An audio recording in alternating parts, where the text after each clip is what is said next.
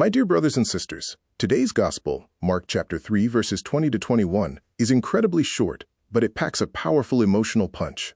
It tells us that Jesus went home, and a crowd gathered again so large that he and his disciples couldn't even eat. When his relatives heard this, they set out to seize him, saying, "He is out of his mind." Think about that. The people who grew up with him, his own kin, saw his passion, his late nights of prayer, and his total self-gift to the broken, and they labeled it as madness.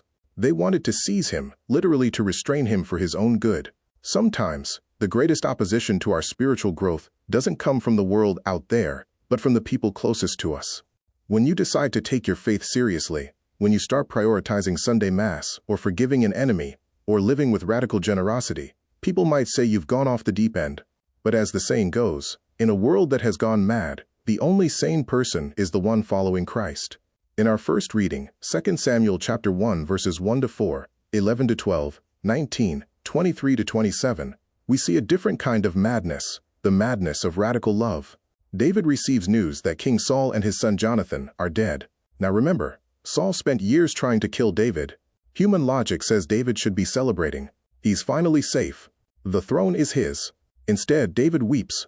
He rends his clothes. He composes a beautiful lamentation, Saul and Jonathan, beloved and cherished. This is the madness of the gospel. To love those who persecute you. To grieve for the one who wanted you dead.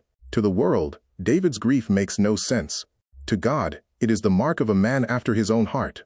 Today we also celebrate the memorial of St. Francis de Sales, the patron of journalists and writers. He was a man of incredible gentleness, who converted thousands, not through seizing them or arguing them into submission, but through a kindness that the world often mistakes for weakness.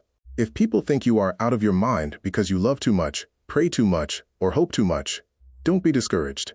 You are in good company. You are simply following the one who gave everything so that we might truly live.